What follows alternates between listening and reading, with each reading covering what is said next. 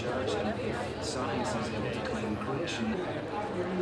Is she that, oh wait, let me, Deborah, wait.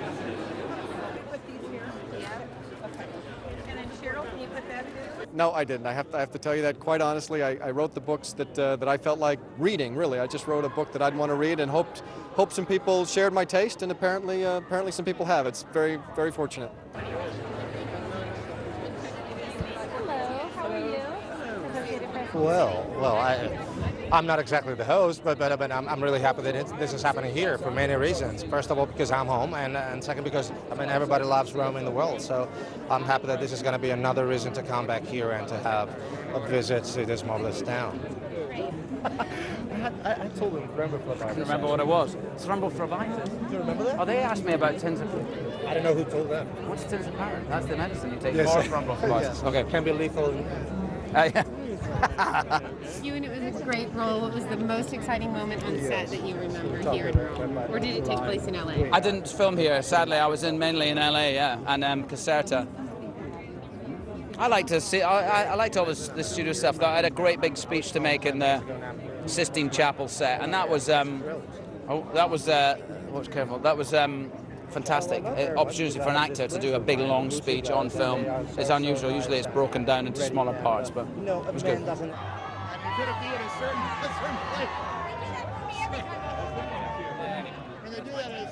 Well, I like it because it's not the same exact movie. It has a different structure. It has a different pace. The first movie part, some of the best parts were, for example, sitting with Sir Ian McKellen and Audrey Tautou and examining a painting and talking about it and rearranging it and going back over history. This is like bang, bang, bang. There's no time for anything. So it really gallops quite a pace. Yeah. It's about to crash. And you know what he is? He always used to think there's a secret out there. I just have to divine what the secret is. I just have to do the research. Well, now he knows what the secret is. So now he's part of the keeper of the secrets. And it's okay.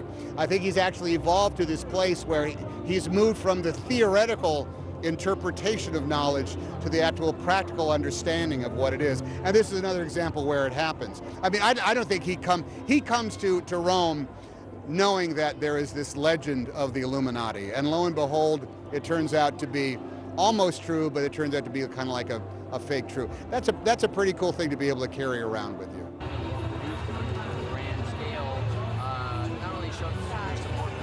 Well, that was Da Vinci Code again, which was, had this place right at the center of the zeitgeist. I think it sold 80 million copies, and I think Angels and Demons has sold 40 or 50 million. But all that aside, everyone is telling me that they find this movie to be, more entertaining, more exciting, more engrossing. Certainly, if you like Da Vinci Code, and you're going to really like Angels and Demons. That message is coming through loud and clear. It's very exciting, and it's also an interesting conclusion because I really made Frost Nixon, a very small drama that I cared about a great deal, and Angels and Demons, a big, ambitious movie that I also had a lot of affection and love for, really almost simultaneously. So in an odd way, I never really acknowledged the end of Frost Nixon because I rolled right into Angels and Demons, and so now this is sort of wrapping up a 2-year period that was incredibly creative for me, very fulfilling, and I'm already feeling a little nostalgic for it.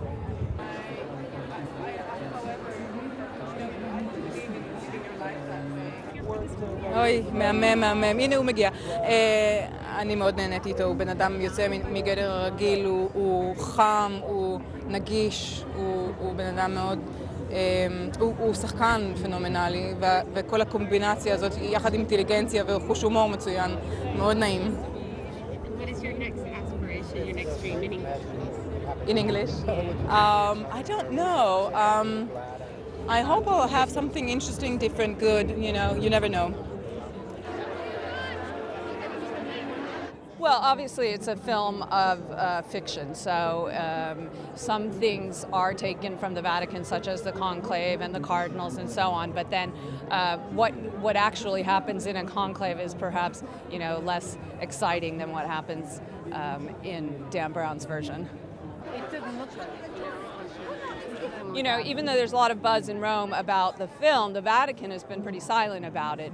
And the people that I've talked to have said that really they think Dan Brown's books are anti-Catholic and they don't want to give any extra publicity to the movie by doing a boycott or making any kind of public announcement.